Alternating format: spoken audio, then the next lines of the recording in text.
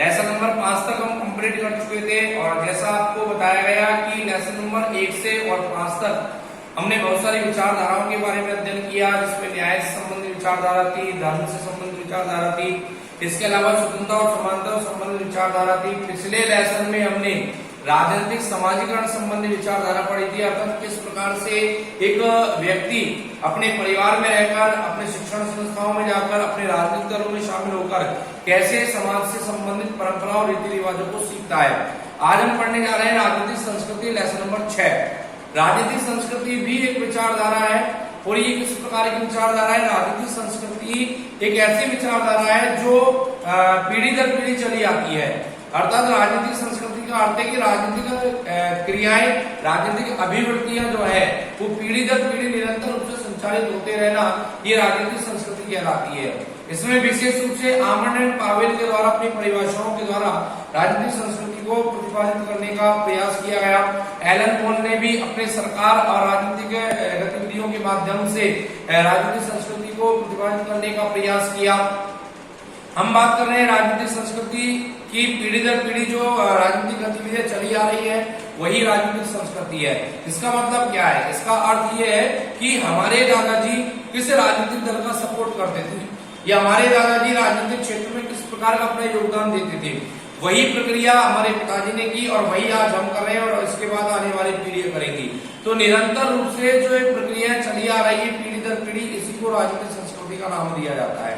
अब राजनीतिक संस्कृति के बारे में अगर हम बात करें, राजनीतिक संस्कृति के निर्धारक तत्व कौन कौन से हैं, तो राजनीतिक संस्कृति के निर्धारक तत्व यहाँ पर 4 तत्व हैं, जिनमें सबसे पहले आता है आपका इतिहास। इतिहास का मतलब है जो मैंने भी आपको बताया था कि हमारे से पहले की जो पीढ़ी है, हमारे से पूर्व के जो लोग हैं, वो किस प्रकार से राजनीतिक क्षेत्र में अपना समर्थन करते थे, सहयोग देते थे। तो इतिहास हमारा क्या रहा है राजनीतिक क्षेत्र में, उस आधार पर ही हमें राजनीतिक आधार पर अपने कार्य करने चाहिए। अर्थात हमारे जो दादाजी, हमारे पिताजी किस प्रकार से राजनीतिक कार्य करते हुए आ रहे हैं, इस आधार पर ही हमें उस इतिहास को देखते हुए राजनीतिक गतिविधियों में शामिल होना चाहिए, राजनीतिक क्षेत्र में अपना सहयोग करना चाहिए। दूसरा आपका आता है आर्थिक परिस्थितियां, आर्थिक या सामाजिक परिस्थितियां। तो आर्थिक सामाजिक परिस्थितियां ये किसी भी राष्ट्र में, किसी भी समाज में राजनीति संबंधित आर्थिक परिस्थिति कैसी है, अर्थव्यवस्था कैसी है, आम नागरिक की, वहां के राजनीतिक दलों की आर्थिक स्थिति कैसी है, क्या वास्तव में सरकार चलाने योग्य है या नहीं है। सामाजिक परिस्थिति या भौगोलिक परिस्थिति की हम बात करें, यानी कि समाज में उनका वर्चस्व है या नहीं, समाज उन लोगों को शासक के रूप में देखना चाहता है या नहीं चाहता, वह राष्ट्र हित में, समाज हित में कार्य करने योग्य है या नहीं, इन बातों का भी हमें ध्यान रखना चाहिए। इसके बाद अगर हम बात करें भौगोलिक परिस्थिति की, अर्थात उस क्षेत्र का, उस राष्ट्र का एनवायरमेंट कैसा है, क्या वहां पर लोकतंत्र स्थापित किया जा सकता है या निरंतर रूप से एक राजतंत्र ही चलता रहेगा, या हम बात करें किसी सेना का शासन वहां पर चलता रहेगा।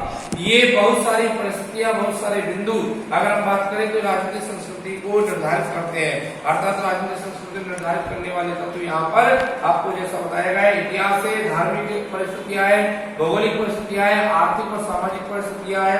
ये बहुत सारी परिस्थितियां हमारे राजनीतिक स्थितियों को स्थापित करती है, राजनीतिक गतिविधियों को संचालित करती है।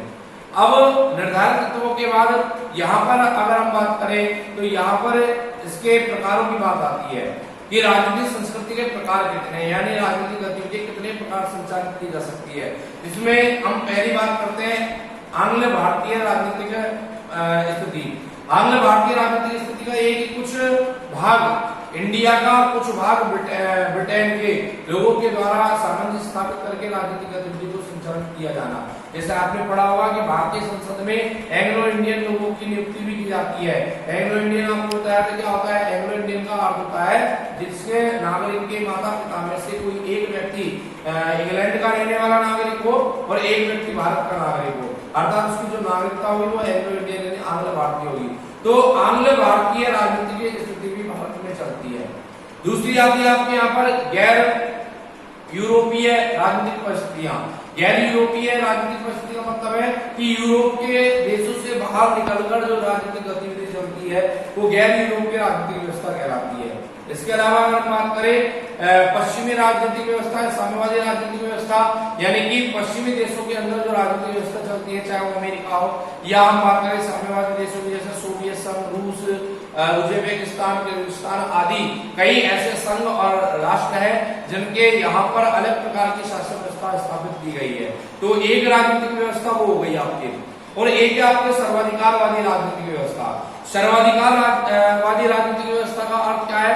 सर्वाधिकारवादी राजनीतिक व्यवस्था का अर्थ होता है एक ऐसी राजनीतिक व्यवस्था जहां पर प्रत्येक नागरिक को समान रूप से अधिकार और स्वतंत्रताएं प्राप्त होते हैं, सभी को राजनीतिक क्षेत्रों में अपना योगदान देने का पूर्ण रूप से अवसर प्राप्त होता है, सर्वाधिकारवादी राजनीतिक व्यवस्था कहलाती है।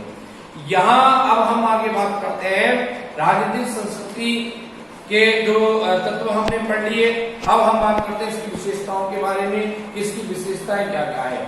तो राजनीतिक संस्कृति की बहुत सी विशेषताएं, जैसे सबसे बड़ी विशेषता की हम बात करें, पहली विशेषता आती है समन्वयकारी स्वरूप, अर्थात राजनीतिक संस्कृति का जो स्वरूप होता है वो समन्वयकारी होता है। समन्वयकारी स्वरूप का मतलब है सभी प्रकार की गतिविधियों को, सभी प्रकार की योजनाओं को, सभी प्रकार के क्रियाओं को अपने आप में समाहित कर लेना, समायोजन कर लेना, ये समन्वयकारी स्वरूप कहलाता है। अर्थात अगर जिस समय लोकतंत्र चल रहा है उस समय लोकतंत्र के अनुकूल ढल जाना। मान लीजिए कहीं पर लोकतंत्र समाप्त हो गए, जैसे एज एग्जाम्पल हम बात करें हमारे पाकिस्तान मुल्क जो है पड़ोसी राष्ट्र कि वहां पर कोई भी शासन जो है वो निश्चित नहीं है। 5 साल सेना का शासन रहता है, 5 साल लोकतंत्र रहता है। नेपाल की हम बात करें 5वां संविधान वहां पर चेंज हो चुका है, 6ठी बार बनने की तैयारी में है। तो ये जो परिस्थितियां हैं ये समन्वयकारी परिस्थितियों के अंतर्गत आती है। अब वहां की जनता, वहां की सरकार प्रत्येक परिस्थिति में अपने आप को ढालने के अनुकूल होती है, तो वो समन्वयकारी स्वरूप है। लेकिन अगर कोई सरकार या कोई जनता प्रत्येक परिस्थिति में ढलने के नहीं होती है तो ऐसी स्थिति में समन्वयकारी स्वरूप समाप्त हो जाता है।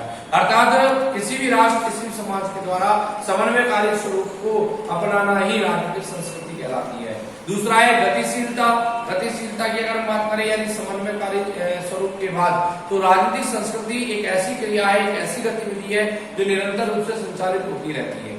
निरंतर रूप से संचालित होने का मतलब है कि जो प्रक्रिया आज से 50 वर्ष पहले हमारी पीढ़ी निर्वहन कर रही थी, वही प्रक्रिया हमारे पिताजी ने निर्वहन की, वही प्रक्रिया के द्वारा आज हम निर्वहन कर रहे हैं। यानी निरंतर रूप से हम उन्हीं प्रक्रिया, उन्हीं गतिविधियों का निर्वहन करते आ रहे हैं। यानी गतिशीलता बनी हुई है, रुकी नहीं है, ठहराव नहीं आया है उस प्रक्रिया में, उस गतिविधि में, उस प्रक्रिया में कोई ठहराव नहीं आया। और जब किसी प्रक्रिया, किसी गतिविधि में कोई ठहराव नहीं आता है तो निश्चित रूप से वहां पर राजनीतिक संस्कृति का बोलबाला होता है। तीसरा है आपके विश्वास।